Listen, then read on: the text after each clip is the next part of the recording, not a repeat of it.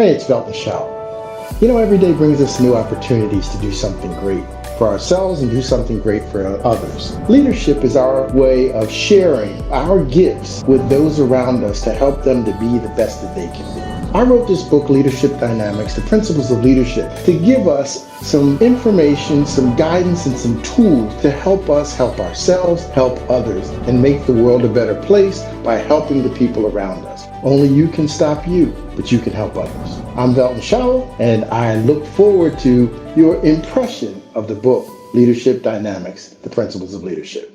Take care. All right, we're back, and I can't tell you how excited I am to have our guest today. He is none other than my good friend Velton Showell, and he is a leadership guru. And I'm going to let him introduce himself and tell you a little bit about who he is and where he's from. Velton? Well, good evening, Saccone. It's great to be here. I'm just a humble soul from Camden, New Jersey. Grew up in the inner city and started my career after college, went to Rutgers University, and started in the hospitality industry. Moved to Baltimore, Maryland, and then to Washington, D.C., and promoted a third time, went to Oakland, California, then Indianapolis, Indiana, ran a global sales office in Omaha, Nebraska, before moving to Miami Beach, Florida, where I opened the first African-American owned and developed resort in the country as a director of sales and marketing. So I spent 27 years in the hospitality industry in various hotels and resorts before I started my own company in 2008, during the worst time to ever start a company, called Strategic Solutions LLC, and which evolved into my current company, Leadership Dynamics International. So I'm really excited. I've been blessed and fortunate to have an illustrious career working in corporate America, but also doing things now to change lives and help other people. Well, that is incredible, man. It sounds like you have traveled the world and done a ton of stuff. And I know that didn't happen by accident. I know that you had to develop yourself in order to be able to continue to grow and go to those different levels. So what have you done to develop you as a person? What things have you done to become the best version of yourself? Well, to become the best version of yourself, the first thing that you have to come to grips with is that you don't know everything. And you have to become a student of life, a student of your industry or your career, but just someone who is willing to humble themselves enough to understand that they don't know as much as they think they know about as many things as they may think. And sometimes you have to make sure that you follow the right people. You watch the right people. There are people that you're going to encounter. I call them the good, the bad, and the ugly. Because as I studied, there were people who were doing great things. Right. There were people who were doing average things. And there were people that were doing some things that I was kind of saying, oh, I don't want to do that. I want to stay away from that. But I needed to understand the concept of the three, because there's good things to be learned. There's a saying that says you either win or you learn. Right. And some of those negative experiences were those lessons that allowed me to perfect certain aspects of my career or of my understanding down the road. So it's not what I learned when I got to the top of the mountain. It's what I learned in the valley that really became the most important lessons that I learned.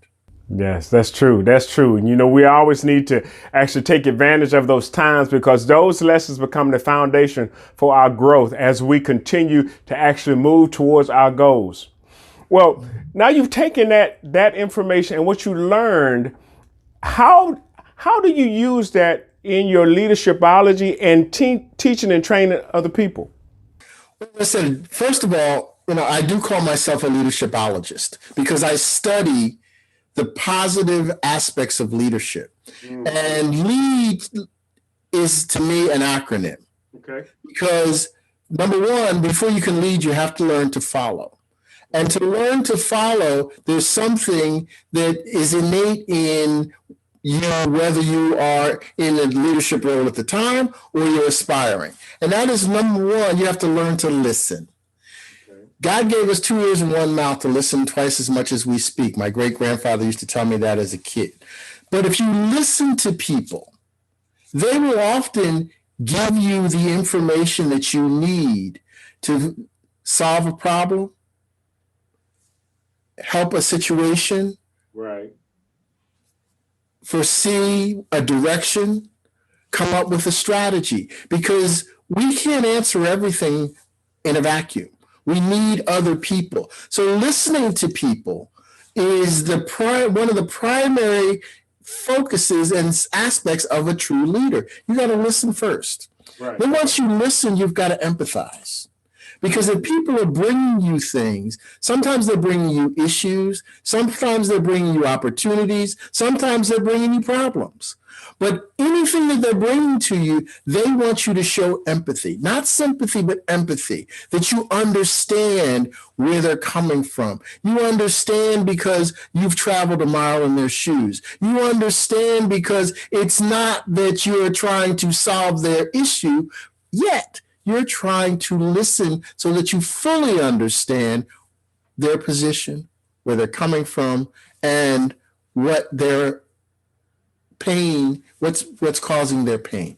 Right. Then you got to take action. You got to do something. Right. You just can't sit there, because now you've created an expectation. You've listened, you've empathized, but I still got the problem. You got to do something. Exactly. You got to take some kind of action that says, okay, you've heard me, you feel me, now let's see what goes from here. Yep. And then once you've taken that action, you got to deliver. Right.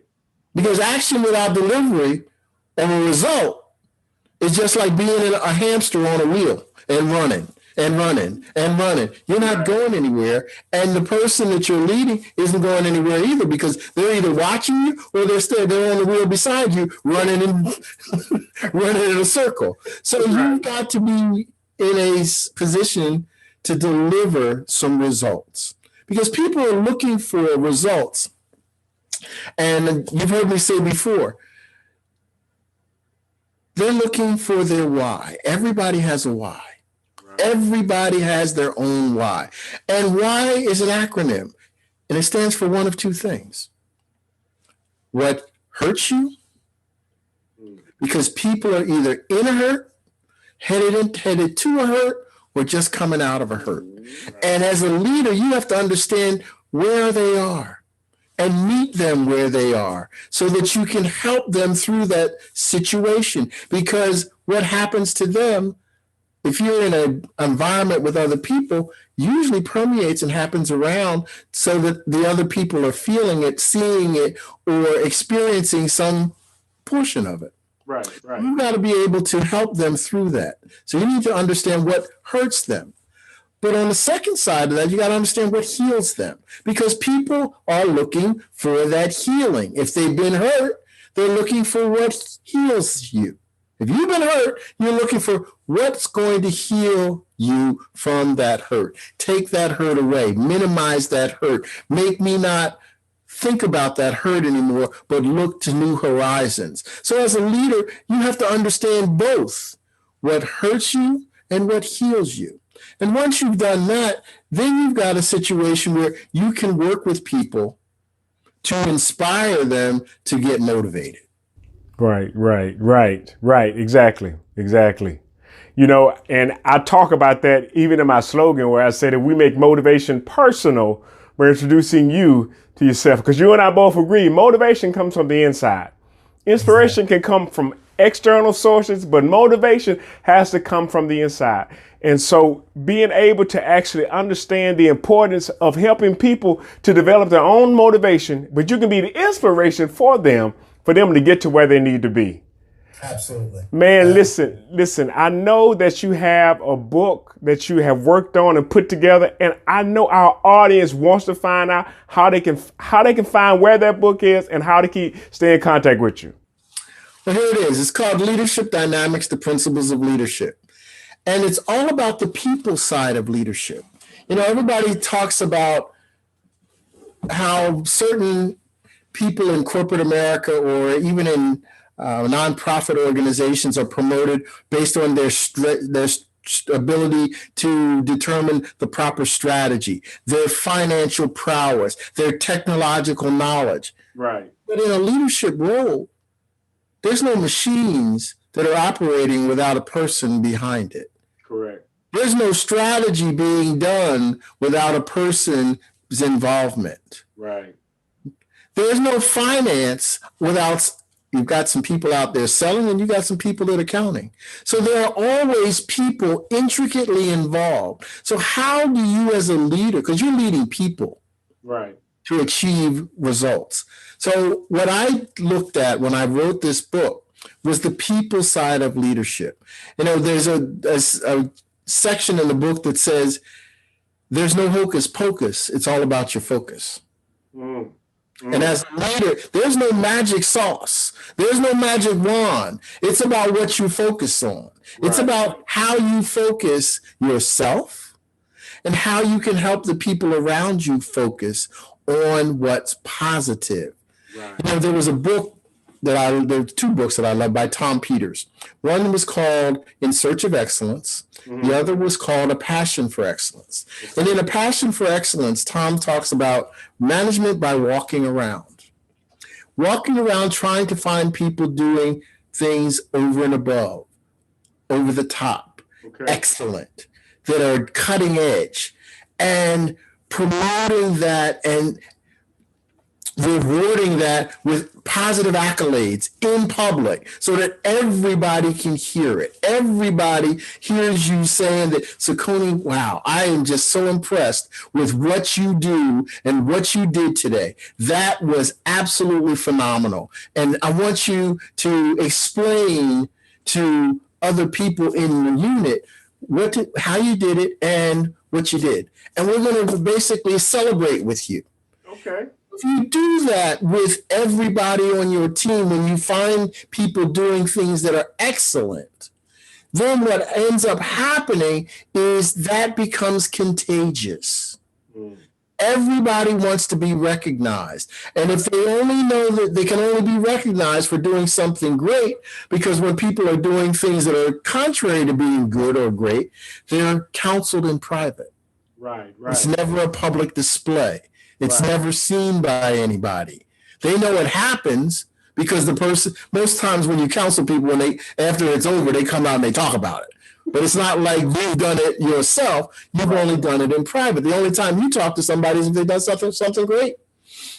That's number one. Number two, to create a positive environment. And this is really important. If I come out of my office to find Saccone because he's done something phenomenal, I want to come out of my office. I want to recognize him. Then I want to go back to my office.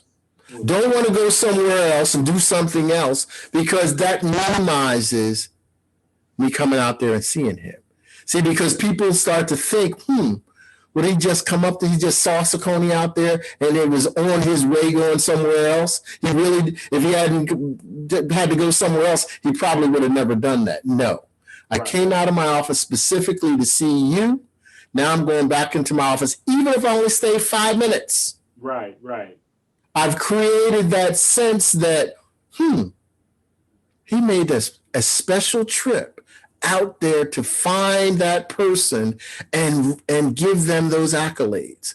So I'd say that one of the philosophies that I have is leaders are environmentalists. Charged with creating an environment for excellence. And when you utilize those types of policies, those types of philosophies, it creates it becomes, again, contagious, and it creates an environment of excellence. It creates an environment where there is, people say, think outside the box. There is no box. Okay. There's only a box if we create one, and we didn't create one, so there is no box. Sky's the limit. Do what you want to do. We've heard Les Brown say, shoot for the moon, and if you miss, you fall amongst the stars. Exactly. So that's what I was looking for when I wrote the book, Leadership Dynamics, The Principles of Leadership. Those principles, and there's 52 of them. One a week for a year, and you can change your whole mindset as it relates to leadership. Wow. Wow. Well, man, I know for a fact I'm going to be getting my copy sooner than later. But I want to thank everybody that has tuned in today, because I know you've gotten some nuggets from my good friend, Velton Showell. Now, Velton, I want you to do two things before we get out of here. One, I want you to tell people how they can get in contact with you, how they can follow you and purchase the book. And two, I also want you to give us your last thoughts. So tell people how they can get in contact with you. Well, there's a couple of ways you can get in touch with me. Can I give them a free gift? Sure. Yeah. If you text the word leadershipology to 954-329-0281, give me your full name and your email address, I'll send you a free gift. And the free gift is called Navigating the Seas of Transformation. It's one of the courses that I did, but it's a short version of it, just talking about transforming your thinking, because if you transform your thinking, you can transform your world. You can also get in touch with me by going to info@veltonshowell.com, sending me an email. And you can go to my website, which is Leadership Dynamics International.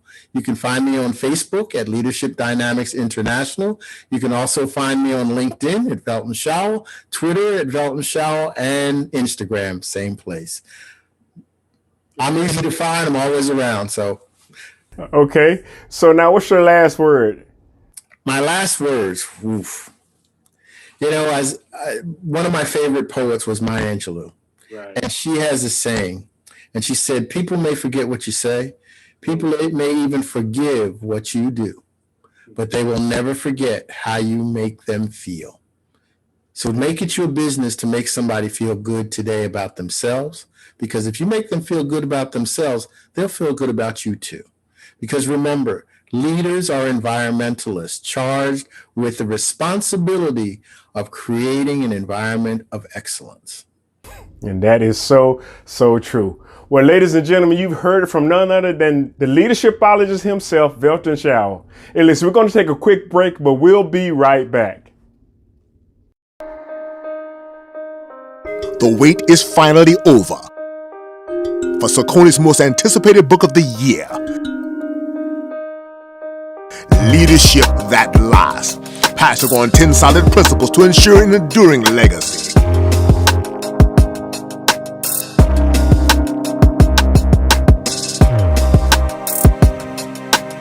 Powerful, effective, impactful, helpful, dynamic, phenomenal, transformative, life-changing.